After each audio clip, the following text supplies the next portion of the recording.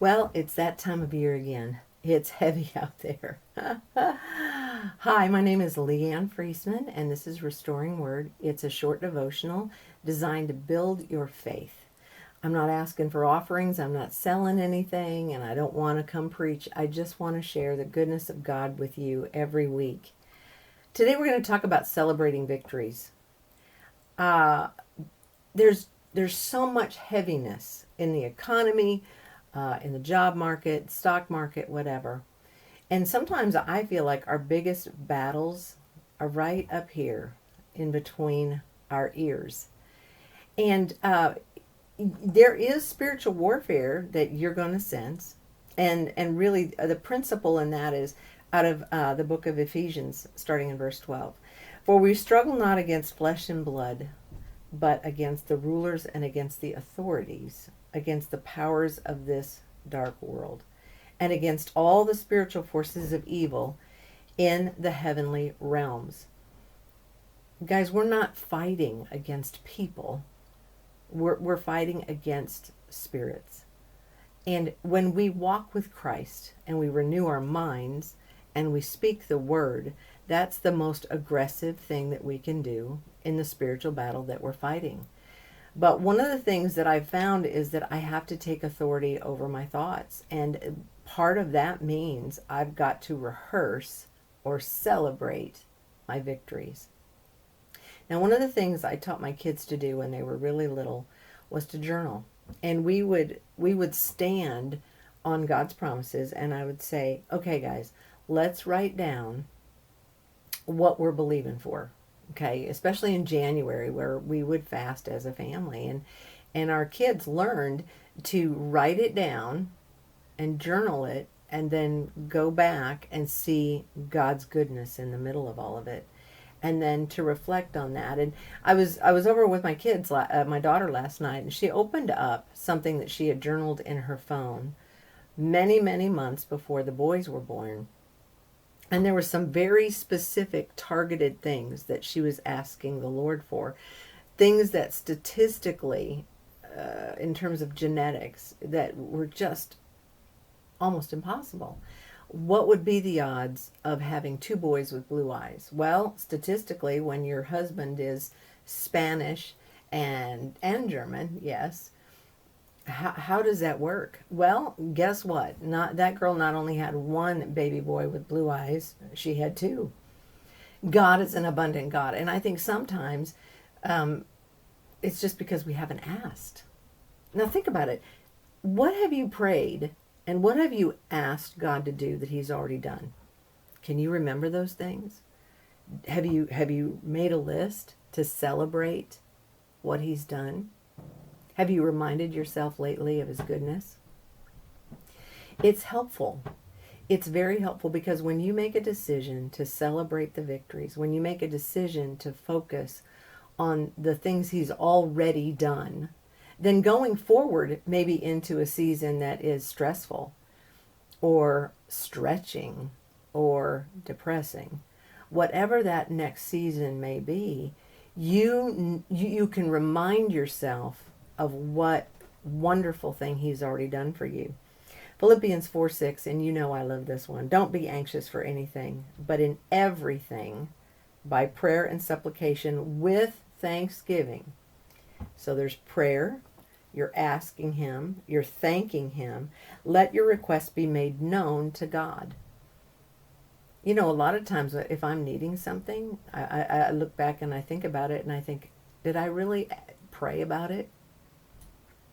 Sometimes no, I didn't pray about it. I might have thought about it a lot, but I really didn't take it to him.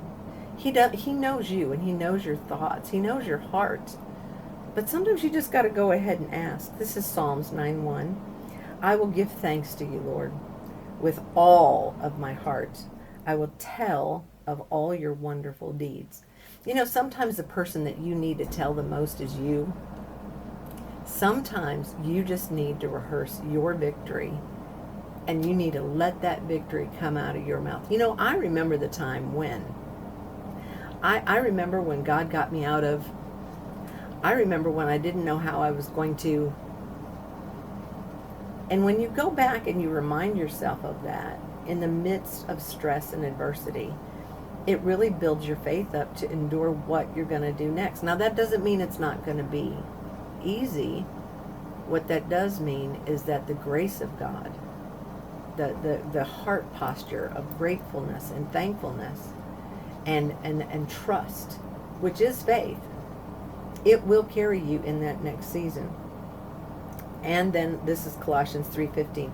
And let the peace of Christ rule in your hearts, to which indeed you were called in one body, and be thankful. And let the peace of Christ. Now, what happens when you rehearse your victories? It's followed up by peace. Don't we all need that right now? I mean, I don't know about you, but there's nothing peaceful in the news right now. Nothing peaceful. Everything is anxious, anxiety, anxiety, anxiety. No, I'm going to be peaceful and I'm going to be thankful because I know how good he's been. I'm going to focus on what he's already done in my life and in the lives of others and of the other testimonies that I've heard, and I'm going to make a decision today to be thankful. Colossians 2:7. Let your roots grow down into him. You know, the root is the most important thing in a tree or in a plant. It's the thing you don't see. It's the thing that nourishes the plant. It pulls it up from under the ground, right? Okay? Let your roots grow down into him, and let your lives be built on him. Then your faith will grow strong. Now think about it. When the roots of a tree are deep and the winds come, like in Oklahoma, we have crazy thunderstorms and tornadoes. Listen, the wind can blow and the tree comes right back up. Because why? The roots are deep. The roots are strong. It's not that you aren't going to wobble a little bit. It's not that it isn't going to be uncomfortable, but you're rooted in him. You're rooted in the word. You will, then let your faith grow strong in the truth you were taught, and you will overflow with thankfulness. Colossians 2:7. Sometimes the person that you need to teach the most is you. I don't know. Maybe you guys are all more spiritual than me, but I need help. I need to rehearse. I need to remember. I need to be thankful. I need to steer my focus. I need to discipline as much as possible my thought life, because my thought life can go all over the place. But when I make that decision, I'm going to focus on him. I'm going to trust him.